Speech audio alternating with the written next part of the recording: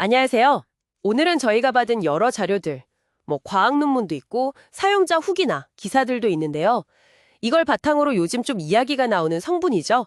EDDR, 줄여서 EDDR에 대해 좀 깊게 파보려고 합니다. 네, 안녕하세요.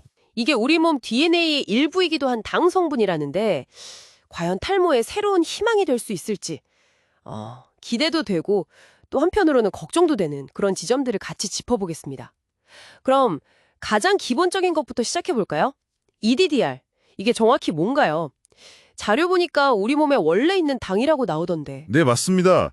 그 DNA 구성 요소 중 하나인 당분자예요. 아, DNA 구성 요소? 네.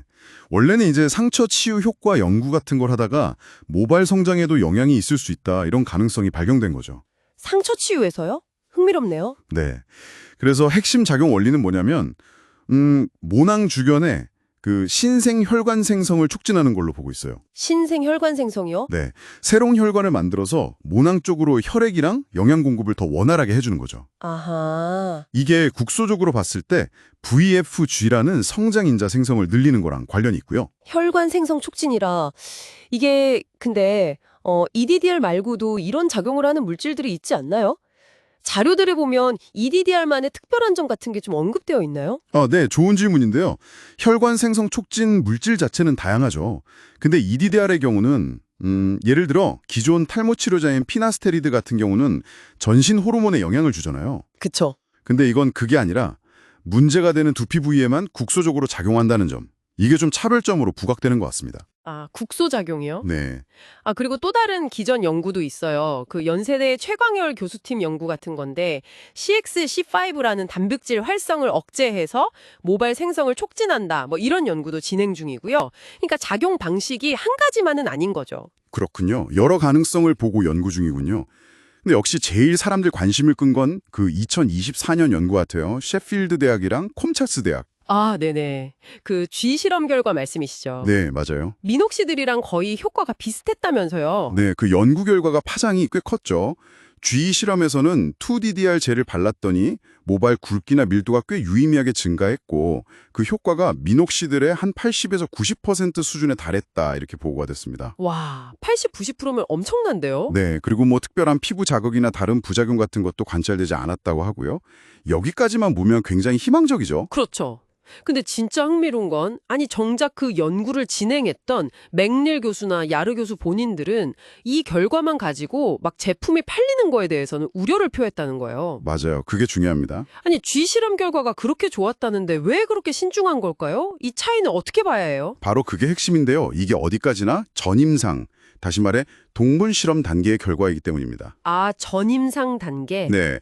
쥐한테 효과가 있었다고 해서 이게 사람한테도 똑같이 안전하고 효과적일 거다, 이런 보장은 전혀 없거든요. 하긴 그렇겠네요. 사람을 대상으로 한 제대로 통제된 대규모 임상시험 데이터라 지금으로서는 거의 없다고 봐야 합니다. 아, 아직 사람 대상 데이터가 부족하군요. 네. 그래서 제대로 이걸 검증하려면 최소 2, 3년, 어쩌면 그 이상 걸릴 수도 있다.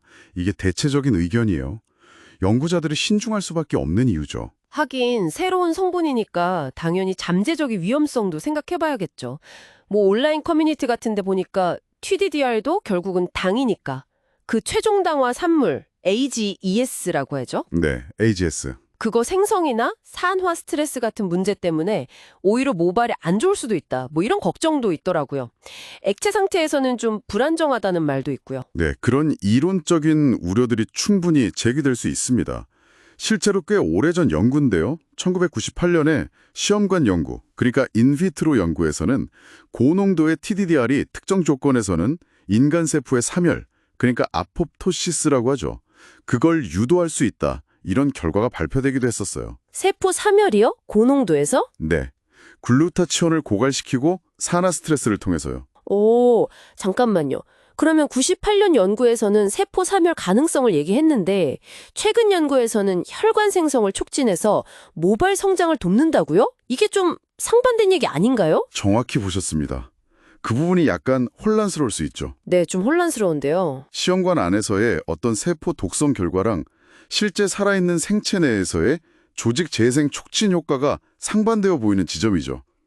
이게 농도 차이일 수도 있고 적용 방식이나 생체 환경의 차이일 수도 있고 여러 요인이 복합적으로 작용할 수 있어서 추가적인 연구가 반드시 필요하다는 겁니다. 그렇군요. 아직은 단정하기 어렵다. 네, 그래서 일부 사용자들이 레딧 같은 곳에서 솜털이 좀 늘었다, 탈모가 줄었다, 이런 긍정적인 경험을 공유하기도 하지만 이것도 역시 그냥 개인적인 경험담일 뿐이니까요. 엄격한 임상 데이터와는 거리가 멀죠. 해석이 아주 신중해야 합니다. 이런 불확실성이 있는데도 벌써 디옥실럭스나 리보소프로 같은 회사들에서는 EDDR 세럼을 만들어서 팔고 있더라고요. 네, 그렇죠. 근데 중요한 건 이 제품들이 FDA 승인을 받은 그런 의약품이 아니라 그냥 화장품으로 분류된다는 거죠? 네, 맞습니다. 그게 아주 중요해요. 치료 효과를 공식적으로 인정받은 의약품하고는 법적인 기준이나 과학적인 검증 수준이 완전히 다릅니다. 이 점을 꼭 아셔야 합니다. 오늘 이렇게 EDDR에 대해서 쭉 살펴보니까 확실히 매력적인 가능성도 보이는데 동시에 아직 풀어야 할 숙제도 많아 보입니다. 동물 실험 결과는 정말 인상적이긴 한데. 맞습니다. 정리해 보면 유망해 보이는 전임상 데이터, 그리고 일부 긍정적인 사용자 후기들이 있죠.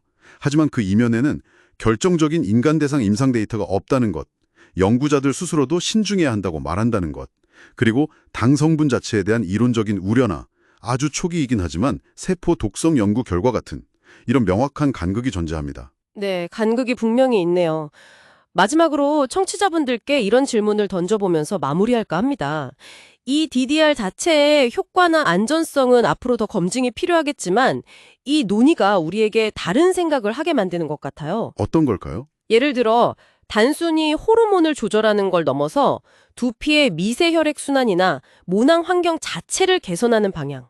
이게 어쩌면 미래 탈모 치료에 좀 더 근본적인 접근법이 될 수 있지 않을까 하는 생각이요. 아, 좋은 지적이네요. 그리고 또 하나는 우리 몸에 원래 자연적으로 존재하는 이 당 성분을 국소적이긴 하지만 고농도로 사용하는 것이 장기적으로는 어떤 예상치 못한 결과를 가져올 수도 있지 않을까? 이런 부분들을 한번 같이 고민해 보는 것도 의미 있지 않을까 싶습니다.